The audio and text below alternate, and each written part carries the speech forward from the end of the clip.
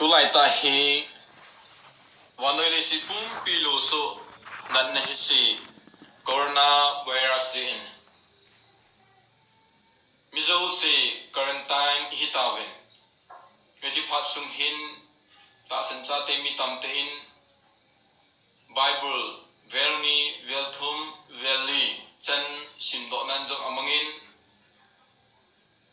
mi tampi in pathin thungai ta sei do nan jong amangin mi tampi in wa choi la ngai ta sa do na le sei do sim do nan jong imanguvin ichi to kithanin kin jong ichi thilsu to kisaya pathin wa choi la khat kalum thim sunga hin kilang jing khat omen ichu pathin tu tip ho thilsu hi pathin tu tip ho wi hun na a hi dan le pathin tu tip ho hi mi him tia dinga ado ha saddan chuting le mi him ten ha sani tu ting le pan pi ngai dan ho chung chang hi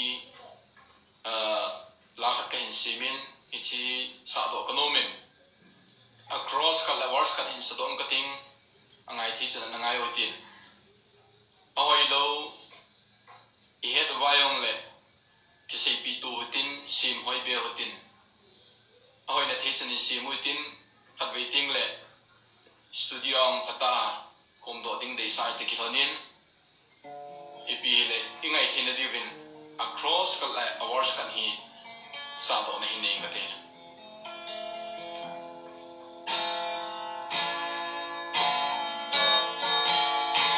pathin tu tip